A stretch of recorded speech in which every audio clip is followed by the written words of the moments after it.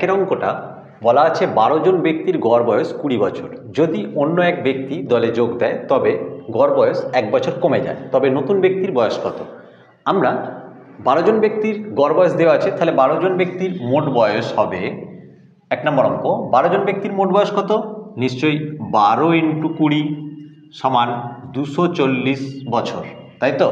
এবারে তারপরেই বলা আছে অন্য এক ব্যক্তি দলে যোগ দেয়, তাহলে এখন 12 জায়গায় একজন বেড়ে 13 হয়েছে, আর গড় বয়স 1 বছর কমে যায়, তাহলে গড় বয়স 20 বছর ছিল, 1 বছর কমলে হয় 19, তাই তো? তাহলে 12 + 1 মোট বয়স কত হবে? 20 থেকে 1 বাদ, এটা গুণ করলেই হবে, তাহলে 13 × 19, 13 × 19 মানে 13 × 19 247, তাই তো? তাহলে আগে মোট বয়স ছিল 240, একটা নতুন লোক আসায় এখন 247 হলো মোট বয়স, তাহলে কতটা বাড়লো? 7 বছর বাড়লো। সুতরাং 7 বছর বেড়েছে ওই ব্যক্তির জন্যই নিশ্চয়ই, তাহলে ওই ব্যক্তির বয়স 7 বছর। বোঝা গেল? ওকে, এবারে দেখো দ্বিতীয় অঙ্ক। 5 বছর আগে রবিনার বয়স ছিল তার মেয়ে রেখার বয়সের 7 গুণ, বর্তমানে রেখার বয়স রবিনার বয়সের 1/4 অংশ, তবে বর্তমানে রবিনার বয়স কত? এই জাতীয় অঙ্কে আমাদের দেখো, আমরা অঙ্কের উত্তর ধরে খুব সহজে আমরা একদম মানে অপশানগুলোকে দেখে আমরা উত্তরে চলে আসতে পারবো। কিভাবে? দেখো, প্রথমে করবে কি, যে দেখতে হবে কোন অপশানটা থেকে 5 বিয়োগ করলে সেটা 7 দিয়ে বিভাজ্য হবে। 5 বিয়োগ করলে 7 দিয়ে বিভাজ্য হবে। এবার তোমার মনে হতে পারে 5 কেন, 7 দিয়েই ভাগ করবো কেন? কোনো ভুতুরে নিয়ম নয়, ব্যাপারটা হচ্ছে যত বছর আগে বলবে সেটা বিয়োগ করবে, করে যত গুণ বলবে সেটা দিয়ে ভাগ করবে। যদি ভাগটা মেলে তাহলে জানবে সেটাই উত্তর হবে। এবারে এখানের মধ্যে কোনটা সেটা হবে 5 বিয়োগ করে আর 7 দিয়ে ভাগ করলে উত্তর মিলবে। দেখো সি, অর্থাৎ এ থেকে 5 বাদ দাও, 40 থেকে 5 বাদ দিলে 35, সেটা 7 দ্বারা বিভাজ্য। ওকে, তাহলে উত্তর হবে সি। এবার তোমার মনে হতে পারে যে কিভাবে হচ্ছে, তো কিভাবে হচ্ছে আমরা একবার দেখে নিই। দেখো 2 দাগের অঙ্ক, 5 বছর আগে রবিনার বয়স ছিল তার মেয়ে রেখার বয়সের 7 গুণ, তাহলে আমরা ধরে নিই রেখার 5 বছর আগে রেখার বয়স 5 বছর আগে, ঠিক আছে? তাহলে রেখা ধরলাম এক্স, ঠিক আছে, আর রবিনা তার মা হচ্ছে যে, তাহলে তার বয়সের 7 গুণ মানে 7x বছর, এটা 5 বছর আগে, ঠিক আছে? এবারে এখন বর্তমানে, তাহলে 5 বছর বাড়বে, তাহলে এখন বা বর্তমানে কত হবে? রেখা x + 5 বছর আর রবিনা 7x + 5 বছর, নিশ্চয়ই, তাই তো? 5 বছর করে বাড়বে। শর্তটা কি?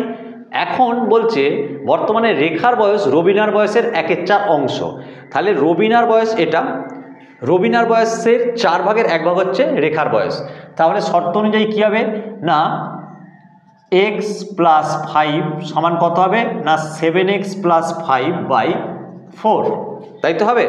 তাহলে এটা ক্যালকুলেশন করলেই আমরা পেয়ে যাব উত্তর, ঠিক আছে?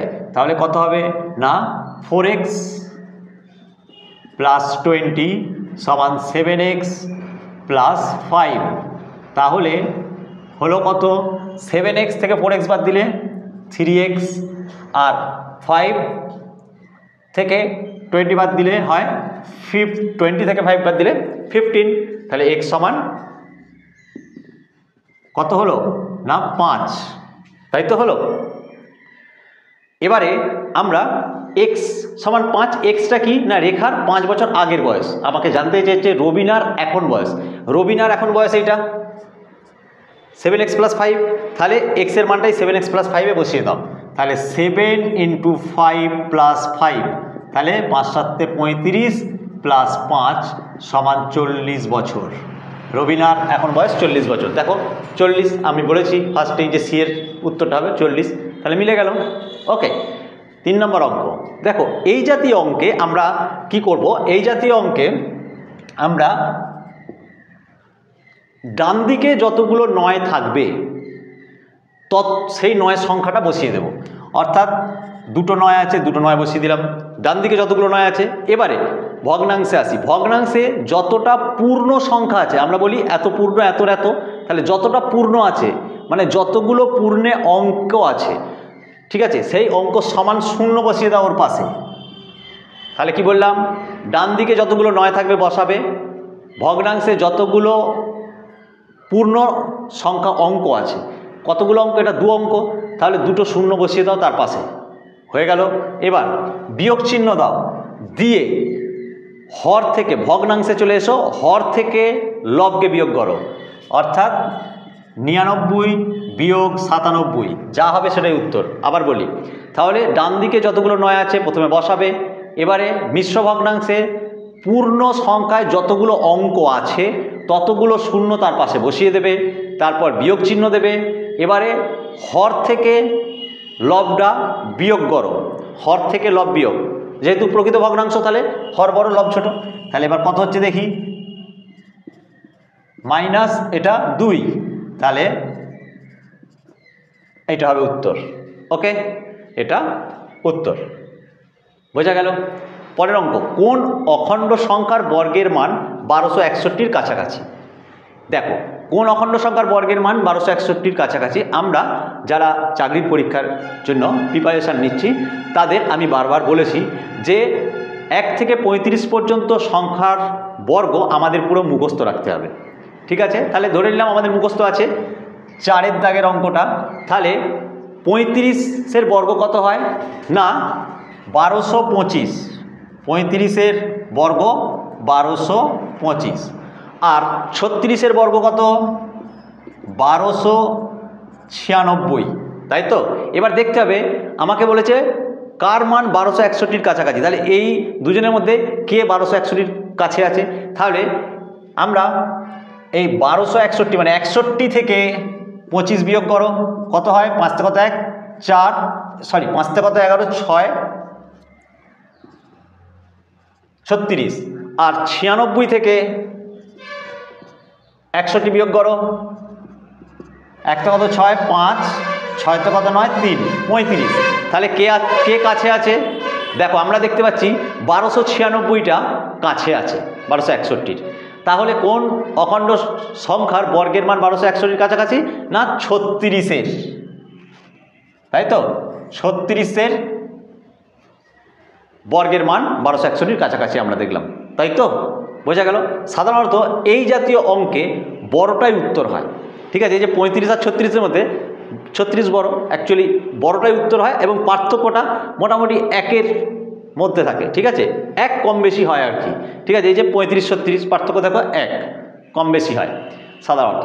তাহলে আমরা কি জানলাম, সাধারণত বড়টাই উত্তর হয় আর সাধারণত পার্থক্যটা 1 কম বেশি হয়। ওকে, পরের অঙ্ক, 5-এর দাগের অঙ্ক। দেখো এখানে একটা জটিল অঙ্ক দিয়েছে যেটার সরল মান বার করতে বলেছে। 5-এর দাগের অঙ্ক দেখো, আমরা এক্ষেত্রে দেখব যে দেখো সবগুলোই পূর্ণ একই আছে, তাহলে কটা পূর্ণ আছে 9টা, এই 9 কটা আছে 1টা 2টো 3টে 4টে 5টা 6টা, তাহলে 6 × 9, 6টা 9 আছে।